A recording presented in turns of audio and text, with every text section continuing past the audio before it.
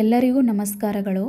ನಾವಿವತ್ತು ಹಾಗಲಕಾಯಿ ಉಪ್ಪಿನಕಾಯಿಯನ್ನು ಅತಿ ಸುಲಭವಾಗಿ ಹೇಗೆ ಮಾಡೋದಂತ ನೋಡೋಣ.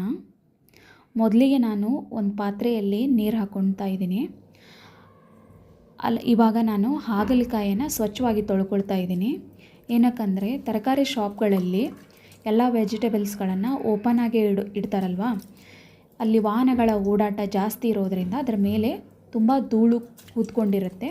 ಅದಕ್ಕೆ ಯಾವುದೇ ತರಕಾರಿನ ನಾವು ಒಂದು ಸಲ ನೀರಲ್ಲಿ ವಾಶ್ ಮಾಡಿ ಯೂಸ್ ಮಾಡೋದು ಒಳ್ಳೆಯದು. ಇವಾಗ ನಾನು ವಾಶ್ ಮಾಡ್ಕೊಂಡಾಗಿದೆ. ಈಗ ಅದನ್ನು ರೌಂಡ್ ಶೇಪಲ್ಲಿ ಕಟ್ ಮಾಡ್ಕೊಳ್ತಿದ್ದೀನಿ. ಇಲ್ಲಿ ನಾನು ಹಾಗಲಕಾಯಿ ಬೀಜನ ರಿಮೂವ್ ಮಾಡದೆ ಬೀಜದ ಸಮೇತನೇ ಯೂಸ್ ಮಾಡ್ತೀನಿ. ಹಾಗಲಕಾಯಿ ಬೀಜ ಮತ್ತು ಹಾಗಲಕಾಯಿ ತಪ್ಪಲು ಎಲ್ಲನೂ ನಮ್ಮ ಆರೋಗ್ಯಕ್ಕೆ ತುಂಬ ಒಳ್ಳೆಯದು. ತುಂಬ ಕಹಿ ಆಗುತ್ತೆ ಅನ್ನೋರು ಹಾಗಲಕಾಯಿ ಬೀಜನ ರಿಮೂವ್ ಮಾಡಿ ಯೂಸ್ ಮಾಡ್ಕೊಳ್ಬೋದು.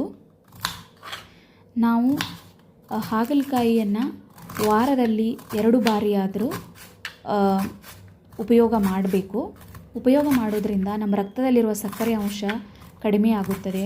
ಆಮೇಲೆ ಕ್ಯಾನ್ಸರ್ನಿಂದ ಇದು ನಮ್ಮನ್ನು ಕಾಪಾಡುತ್ತೆ. ಏನಾದರೂ ಜೀರ್ಣಕ್ರಿಯೆ ಸಮಸ್ಯೆ ಇದ್ದರೆ ಅದಕ್ಕೂ ಕೂಡ ನೆರವಾಗುತ್ತದೆ. ಇಲ್ಲಿ ನಾನು ಹಾಗಲಕಾಯಿನ ಕಟ್ ಮಾಡಿದ್ಮೇಲೆ ಒಂದು ಸಲ ಮತ್ತೆ ವಾಟರ್ಗೆ ಹಾಕಿಬಿಟ್ಟು ವಾಶ್ ಮಾಡಿ ಯೂಸ್ ಮಾಡ್ಕೊಳ್ತಾ ಇದ್ದೀನಿ. ಕಹಿ ಅಂಶ ಜಾಸ್ತಿ ಆಗುತ್ತೆ ಅನ್ನೋರು ಹಾಗಲಕಾಯಿಯನ್ನು ಸ್ವಲ್ಪ ಸಮಯದವರೆಗೂ ಸಾಲ್ಟು ಮತ್ತು ವಾಟರಲ್ಲಿ ನೆನೆ ಇಟ್ಕೊಂಡು ಆಮೇಲೆ ಆ ವಾಟರ್ನ ರಿಮೂವ್ ಮಾಡಿ ಕೂಡ ಯೂಸ್ ಮಾಡ್ಕೊಳ್ಬೋದು. ಇವಾಗ ವಾಶ್ ಮಾಡಿದ್ಮೇಲೆ ನಾನು ಒಂದು ಕಡಾಯಿಯಲ್ಲಿ ಅದನ್ನು ಹಾಕ್ಕೊಂಡು ಸ್ವಲ್ಪ ಹೊತ್ತು ರೋಸ್ಟ್ ಮಾಡ್ಕೊಳ್ತೀನಿ. ಮಿನಿಮಮ್ 5 to 6 minutes ರೋಸ್ಟ್ ಮಾಡಿಕೊಂಡ್ರೆ ಒಳ್ಳೆಯದು. ನಾನು ಇಲ್ಲಿ ತುಂಬ ಹೊತ್ತು ರೋಸ್ಟ್ ಮಾಡ್ಕೊಳ್ಳಲ್ಲ. ಏನಕ್ಕಂದರೆ ನನಗೆ ಹಸಿ ಅಂಶ ಹೋದರೆ ಸಾಕು. ನಾವು ಹಾಗಲಕಾಯಿ ಸೇವನೆ ಮಾಡೋದ್ರಿಂದ ನಮ್ಮ ಕಣ್ಣಿನ ದೃಷ್ಟಿ ಕೂಡ ಉತ್ತಮವಾಗುತ್ತೆ. ನಮ್ಮ ದೇಹದಲ್ಲಿರುವ ಕೆಟ್ಟ ಕೊಲೆಸ್ಟ್ರಾಲ್ ಕೂಡ ಕಡಿಮೆಯಾಗುತ್ತದೆ.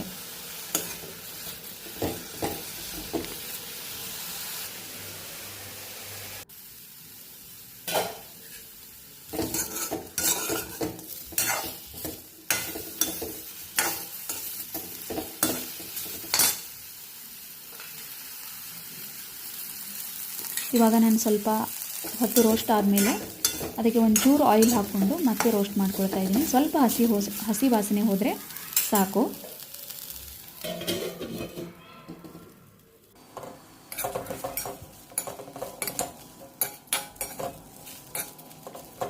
ಇವಾಗ ಆಲ್ಮೋಸ್ಟ್ ಹಸಿ ಅಂಶ ಹೋಗಿದೆ.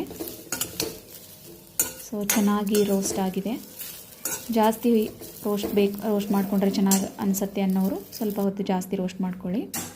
ಇವಾಗ ನಾನು ಅದನ್ನು ಒಂದು ಪ್ಲೇಟಿಗೆ ಹಾಕ್ಕೊಳ್ತಾ ಇದ್ದೀನಿ.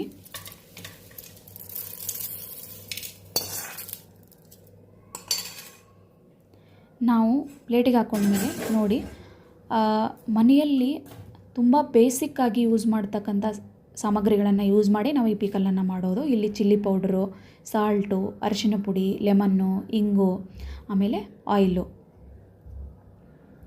ಇವಾಗ ನಾನು ರೋಸ್ಟ್ ಮಾಡಿರೋ ಅಥವಾ ಹುರಿದಿಟ್ಟುಕೊಂಡಿರುವ ಹಾಗಲಕಾಯಿ ಪೀಸ್ಗಳನ್ನು ಒಂದು ಬೌಲಿಗೆ ಹಾಕ್ಕೊಳ್ತಾ ಇದ್ದೀನಿ. ಅದಾದಮೇಲೆ ಈ ಕ್ವಾಂಟಿಟಿಗೆ ಅನುಸಾರವಾಗಿ ನಾನು ಸಾಲ್ಟು, ಆಮೇಲೆ ಖಾರದ ಪುಡಿ, ಹಳದಿ ಎಲ್ಲನೂ ಹಾಕ್ಕೊಳ್ತೀನಿ. ಇಲ್ಲಿ ನಾನು ಈ ಕ್ವಾಂಟಿಟಿಗೆ 2 ಟೇಬಲ್ ಸ್ಪೂನ್ ಹಾಕ್ಕೊಳ್ತಾ ಇದ್ದೀನಿ. ನೀವೆಷ್ಟು ಕ್ವಾಂಟಿಟಿಯಲ್ಲಿ ತೊಗೊಂಡಿರ್ತೀರ ನೋಡಿಬಿಟ್ಟು ಹಾಕ್ಕೊಳ್ಳಿ.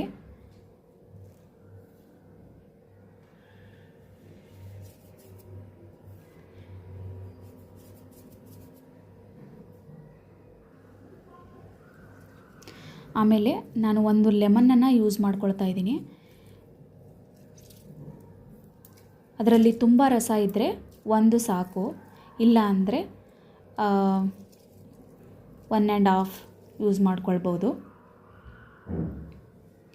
ಇವಾಗ ನಾನು ಕಡಾಯಿಗೆ ಬಿಸಿ ಆದಮೇಲೆ ಅದಕ್ಕೆ ಒಂದು ಸ್ವಲ್ಪ ಆಯಿಲ್ ಹಾಕ್ಕೊಂಡು ಇಂಗನ್ನ ಹಾಕ್ಕೊಂಡು ಸ್ವಲ್ಪ ಕಲರ್ ಚೇಂಜ್ ಆಗುವವರೆಗೂ ಅದನ್ನು ಬಿಸಿ ಮಾಡ್ಕೊಳ್ತೀನಿ.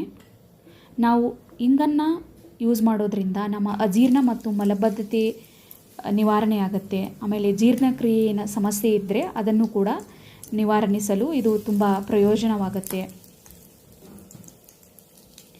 ಇವಾಗ ಇದು ಕಲರ್ ಚೇಂಜ್ ಆಗಿದೆ. ಇದನ್ನು ನಾನು ಹಾಗಲಕಾಯಿ ಎಲ್ಲ ಹಾಕ್ಕೊಂಡಿದ್ದೀವಲ್ಲ ಅದೇ ಬೌಲ್ಗೆ ಹಾಕ್ಕೊಳ್ತೀನಿ. ಹಾಕ್ಕೊಂಡಾದಮೇಲೆ ಇದನ್ನು ಒಂದು 5 ನಿಮಿಷದವರೆಗೂ ಚೆನ್ನಾಗಿ ಕಲಿಸ್ಕೊಳ್ಬೇಕು. ನಾವೇನೇನು ಹಾಕ್ಕೊಂಡಿದ್ದೀವಲ್ಲ ಚಿಲ್ಲಿ ಪೌಡ್ರು, ಆಮೇಲೆ ಸಾಲ್ಟು, ಅರಿಶಿನ ಪುಡಿ, ಅದೆಲ್ಲ ಹಾಗಲಕಾಯಿಗೆ ಎಲ್ಲ ಪೀಸ್ಗಳಿಗೂ ಹತ್ಕೊಳ್ಳೋ ಥರ ಚೆನ್ನಾಗಿ ಕಲಿಸ್ಕೊಳ್ಬೇಕು.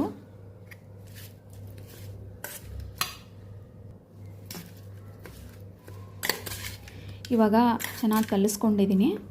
ಇದನ್ನು ನಾನು ಒಂದು ಪ್ಲೇಟಿಗೆ ಟ್ರಾನ್ಸ್ಫರ್ ಮಾಡ್ಕೊಳ್ತೀನಿ. ಇವಾಗ ಚೆನ್ನಾಗಿ ಬಂದಿದೆ. ನೀವು ಎಲ್ಲರೂ ಕೂಡ ಒಂದು ಸಲ ಮನೆಯಲ್ಲಿ ಟ್ರೈ ಮಾಡಿ ಅಂತ ಕೇಳ್ಕೊಳ್ತೀನಿ. ಯಾವುದೇ ಆರೋಗ್ಯ ಸಮಸ್ಯೆಯು